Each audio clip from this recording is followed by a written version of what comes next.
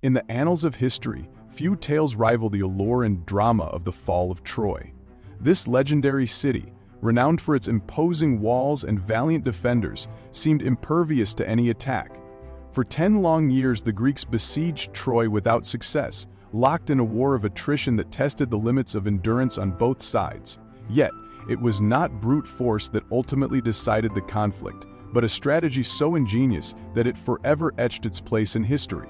This is the story of the Trojan horse, the masterpiece of deception that brought a mighty city to its knees and altered the course of history. The roots of the Trojan War are steeped in myth and divine intrigue. According to Greek mythology, the conflict began when Paris, prince of Troy, abducted Helen, the wife of Menelaus, king of Sparta. Helen's unparalleled beauty became the spark that ignited a war destined to embroil the greatest heroes of the age. Menelaus, enraged by the insult and loss of his wife, called upon his brother Agamemnon to lead a coalition of Greek forces against Troy. What began as a mission to reclaim Helen quickly escalated into one of the most legendary conflicts of the ancient world. The Greek forces included renowned warriors such as Achilles, Odysseus, and Ajax, each bringing unparalleled skill and bravery to the battlefield. Together, they sailed across the Aegean Sea, determined to breach Troy's defenses and restore their honor. However, Troy was no ordinary city. Its towering walls, said to have been constructed by the gods, and its fierce defenders, including Hector, the noble prince of Troy, made it a fortress that no army could easily conquer. For 10 years, the Greeks laid siege to Troy, engaging in countless battles and enduring great losses, yet the city stood firm. The war seemed destined to drag on indefinitely, a grim stalemate with no end in sight. The prolonged conflict took its toll on both sides. The Greeks, far from home and weary from constant fighting, saw their morale wane as supplies dwindled. Meanwhile, the Trojans, bolstered by the safety of their impregnable walls, grew confident in their ability to outlast the siege. Yet, Clay's experts gave the Greeks the solution, and doing so obeyed the benefit of doubt. Yet, the Greeks faced the prospect of failure. They realized that brute force alone would never overcome Troy's defenses. A new strategy was required, one that would rely on cunning rather than sheer strength.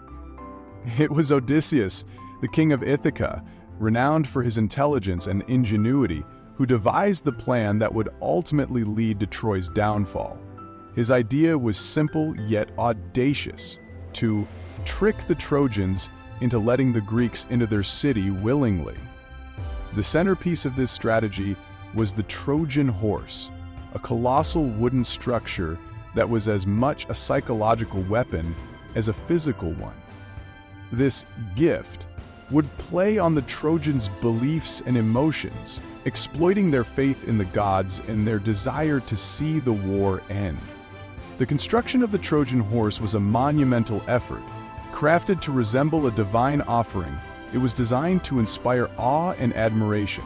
Its size and craftsmanship were intended to convince the Trojans of its significance, while its hollow interior concealed a select group of Greek warriors. These soldiers, led by Odysseus, would remain hidden until the right moment to strike. The plan was a masterpiece of deception, requiring precision and coordination to succeed. Once the horse was completed, the Greeks began the second phase of their strategy. They feigned retreat, burning their camp and boarding their ships as if abandoning the war. However, rather than returning home, they hid behind the nearby island of Tenedos, waiting for nightfall. The horse was left at Troy's gates, accompanied by a single Greek soldier, Sinon, whose role was to sell the deception to the Trojans. Sinon's tale was carefully crafted. He claimed that the Greeks had departed and left the horse as an offering to Athena, hoping to secure safe passage home. Furthermore, he insisted that the horse's immense size was deliberate, meant to prevent the Trojans from bringing it into their city, a detail designed to provoke the opposite reaction. When the Trojans discovered the horse, their reactions were mixed. Some saw it as a suspicious gift, including Laocoon, a Trojan priest, who famously warned, "Beware of Greeks bearing gifts." To prove his point, Laocoon even hurled a spear into the horse's side. For a moment, it seemed the ruse might be exposed, yet according to myth, the gods intervened. Poseidon, who favored the Greeks, sent 2 serpents to kill Laocoon and his sons, silencing his warnings. With this ominous event interpreted as divine disfavor, the Trojans grew more inclined to believe Sinon's story. Convinced that the horse was a symbol of their victory and a gift from the gods, the Trojans brought it into their city with great celebration. They breached their own walls to accommodate the massive structure, an act that would prove catastrophic. That night the Trojans feasted and celebrated, their guard lowered by the belief that the war was finally over. As the city fell into a deep slumber, the Greek plan entered its final phase. Under the cover of darkness, Sinon released the hidden warriors from the horse. Odysseus and his men crept through the city, killing the guards and opening Troy's gates to the Greek army, which had quietly returned from Tenedos. The Greeks poured into the city, catching the Trojans completely unprepared. What followed was a scene of devastation. The Greeks rampaged through Troy, setting it ablaze and slaughtering its inhabitants. The city that had withstood a decade of siege was reduced to ruins in a single night. King Priam, the aged ruler of Troy, was killed at the altar of Zeus, and the city's women and children were taken as slaves. The fall of Troy was total and irreversible, marking the end of a once great civilization. The cunning use of the Trojan horse ensured a Greek victory, but it also left an indelible mark on history, as a symbol of deceit and strategic brilliance. The story of the Trojan horse endures as a testament to the power of intellect over force. It reminds us that in war, as in life, victory often belongs to those who can outthink their opponents. The tale has been retold through centuries in literature, art, and modern media, each iteration reinforcing its timeless lessons. The phrase Trojan horse has entered our vocabulary to describe any deceptive tactic used to infiltrate and undermine from within. Beyond its immediate impact, the fall of Troy raises deeper questions about the ethics of deception in warfare. In the ancient world, trickery was often admired as a legitimate tool of war. Yet the story also serves as a cautionary tale. The Trojans' downfall stemmed not only from the Greeks' ingenuity, but also from their own hubris and overconfidence.